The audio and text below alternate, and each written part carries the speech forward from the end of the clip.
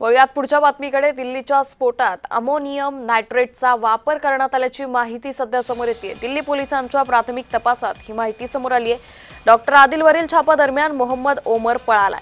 Doctor आदिलकडून सुमारे 3000 kilo ammonium nitrate हे जप्त करण्यात आले। त्यामुळे एकंदरीतच काल सकाळपासून देशभरात सुरू असलेल्या कारवाईचा आणि संध्याकाळी झालेल्या या बॉम्बस्फोटाचा एकमेकांशी काही संबंध आहे का याचाही तपास यंत्रणांकडून केला जातोय। दिल्लीच्या स्फोटात अमोनियम नायट्रेटचा वापर करण्यात आला, तर दिल्ली पोलिसांच्या प्राथमिक तपासात ही माहिती समोर आलेली आहे। त्यामुळे दिल्ली पोलिसांच्या प्राथमिक तपासात ही माहिती समोर आलेली आहे। डॉक्टर आदिलवरील छाप्यादरम्यान मोहम्मद ओमर हा पळाल्याची माहितीही सध्या समोर येते। तर डॉक्टर आदिलकडून सुमारे 3000 किलो अमोनियम नायट्रेट हे जप्त करण्यात आलं होतं।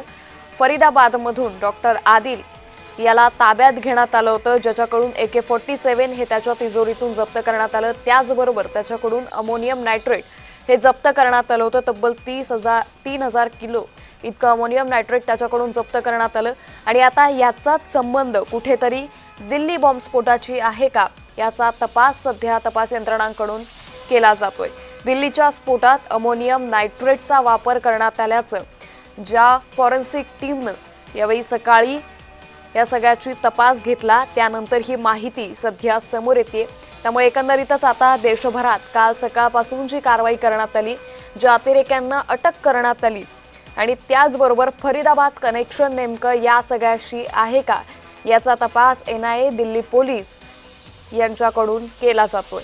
डॉक्टर आदिलकडून सुमारे 3000 किलो अमोनियम नायट्रेट जप्त करण्यात आले, जे अमोनियम नायट्रेट खरं तर दिल्लीमध्ये काल झालेल्या लाल किल्ला मेट्रो स्थानकाजवळच्या या परिसरामध्ये जो स्फोट झाला, त्या स्फोटामध्ये याच अमोनियम नायट्रेटचा वापर करण्यात आल्याची प्राथमिक माहिती सध्या दिल्ली पोलिसांच्या या अहवालामधून समोर येते। एकंदरीतच आता या सगळ्याचा काही मोठा हल्ला करण्याचा डाव होता का, विचार होता का, असं हे पाहणं महत्त्वाचं ठरेल।